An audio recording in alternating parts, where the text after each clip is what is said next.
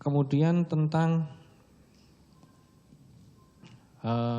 saya melompat lagi kepada tentang bagaimana otopsi itu dilakukan, Pak. Ketika tadi sudah dijelaskan seharusnya memang ada baiknya, lebih baik lah dan merupakan kedodoran ketika dilakukan pembedahan secara menyeluruh baik otak, tenggorokan maupun perut. Nah, tetapi kemudian ahli tadi juga menjelaskan bahkan ahli ketika itu juga mendengar sendiri ketika ada pihak keluarga yang keberatan. Apa yang kira-kira sebaiknya ditempuh? Apakah tetap tidak melakukan otopsi atau pengambilan sampel itu merupakan suatu hal yang harus ditempuh juga? Atau bagaimana menurut pendapat ahli ketika ada keluarga yang memang keberatan dan sudah dilakukan kemudian pendekatan, tadi ahli juga sudah menjelaskan bahwa rupanya selama di rumah duka ya ada pembicaraan yang akhirnya kemudian dibawalah jenazah itu keluar dari rumah duka. Kira-kira apa yang kemudian ketika terjadi kasus seperti itu apa yang pendapat ahli jalan keluarnya seperti itu? Nah, begini Pak, ini saya ngomong kalau saya ngasih kuliah Pak ya.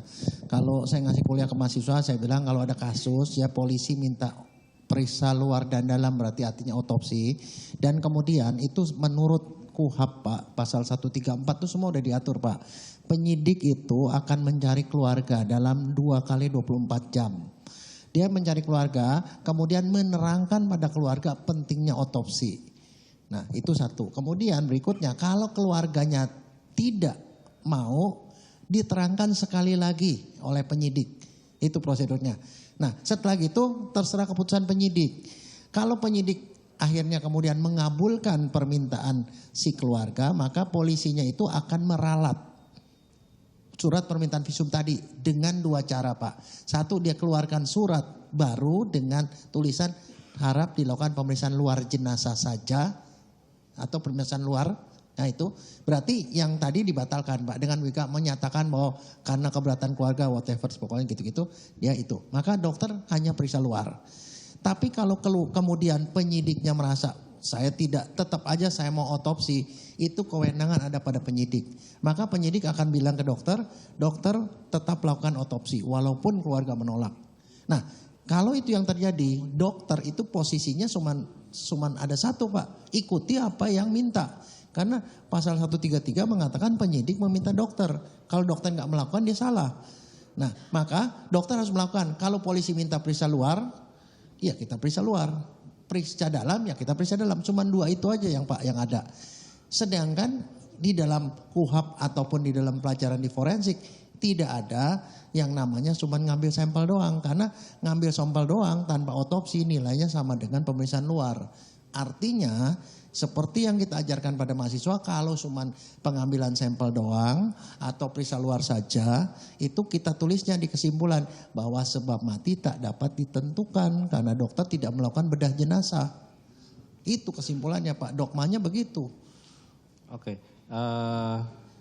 itu ini ya Pak bagaimana prosedurnya. Tetapi dari segi keperluan dari forensik, di mana forensik itu adalah untuk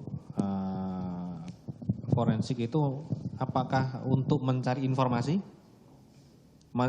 tentang ya jenazah atau apa itu bagian dari forensik ya, artinya dalam bagian dari kedokteran forensik maksud saya ya. Nah ketika iya Pak ya Pak ahli, apakah kenapa sih harus ada kedokteran forensik atau kan bagian untuk mencari informasi tentang apalah tentunya tentang mayat ataupun perlukaan atau penyebab kan seperti itu. Nah, ya. Ketika memang akhirnya tidak dapat dilakukan otopsi untuk mencari sesuatu hal yang paling diyakini kebenarannya dengan hambatan-hambatan tadi secara prosedural tadi ahli baru saja menjelaskan, tetapi apakah usaha apa yang sebaiknya dilakukan untuk tetap mendapatkan informasi ketika otopsi itu tidak dapat dilakukan. Begini Pak, kalau saya dalam posisi itu saya begini Pak, saya akan mendidik atau menerangkan pada polisinya bahwa Bapak boleh aja minta periksa luar karena itu hak Bapak ada di dalam KUHP. Tapi kita tidak akan bisa memberikan bantuan optimal. Artinya nanti kalau misalnya kita tidak bisa tentukan sebab matinya kan nanti pembunuhnya jadi tidak tahu. Seorang matinya aja nggak tahu.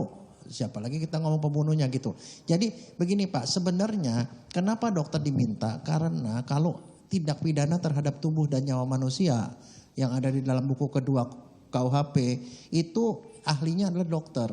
Maka dokterlah yang diminta karena dokter yang ahli. Tapi kalau dokter itu diberi keterbatasan di mana informasinya kurang, jangan dijadikan dokter itu sebagai pemutus orang salah dan tidak.